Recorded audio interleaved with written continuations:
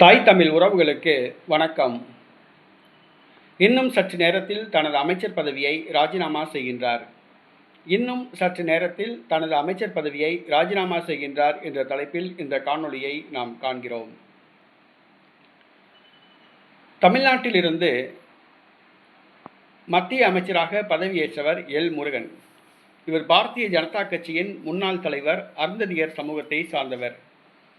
இவர் தமிழக பாஜக தலைவராக இருந்த பொழுது தாராபுரம் தொகுதியில் போட்டியிட்டு தோல்வியடைந்தார். பின்பு நடைபெற்று முடிந்த பாராளுமன்ற தேர்தலில் நீலகிரி தொகுதியில் போட்டியிட்டு தோல்வியடைந்தார். தற்பொழுது 2026 தமிழக சட்டசபை தேர்தல் நடைபெற உள்ளது. தமிழக பாஜகவை வலுப்படுத்தும் பொருட்டு இவரை தமிழக சட்டசபை தேர்தலில் போட்டியிட வைக்க பாஜக முயற்சிக்கிறது. எல். முருகன் இது சம்பந்தமாக ஆலோசனை நடத்தியுள்ளார். ஆகவே வருகிற சட்டசபை தேர்தலில் பாரதிய ஜனதா கட்சி வேட்பாளராக மத்திய அமைச்சர் எல். முருகன் போட்டியிட திட்டமிட்டுள்ளார். அதற்காக தன்னுடைய மத்திய அமைச்சர் பதவியை ராஜினாமா செய்ய உள்ளதாக கூறப்படுகிறது.